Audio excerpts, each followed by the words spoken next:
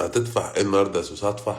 يا جدع حرام عليك، رمضان كريم مش هدى عليك. المهم سيبني عشان اللحظه. البت بهانه قالت لي اكلك اكله النهارده تحس ان انت راجل اعمال، وب 15 يورو يا سويس. جابت حاجه اسمها سوسي وشويه جمبري، ومعاهم بتاع فطار ب 15 يورو. واللي يقول له 15 يورو يعني كذا، لا هي حلو الصراحه، مره في النفس حلو. يلا نجرب. بعتني العصيان دي. بس اللي انا عاوز اعرفه، هو ده جمبري ولا الطعم اللي احنا كنا بنلف في قلب الارض؟ ما نجرب. طب والله عظم. نجرب السوشي. ما هو السوشي يا جدعان؟ اول حاجه هو عباره عن رز وعن سمك وعن حاجه اسمها افوكاتو. بسم الله الرحمن الرحيم. نحطه في الشطه وفي الصلصه.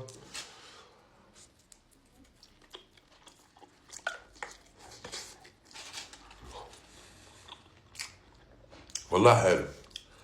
عادي لما تجيبه مره في الاسبوع ب 15 يورو حلو. بيدوا لك 8 قطع سوسي ومعاهم طبق جمبري وعلبتين صلصه ب 15 يورو. ونفطر فطار حلو صح، مش كل يوم مكرونه حله امي. معاكم معايا.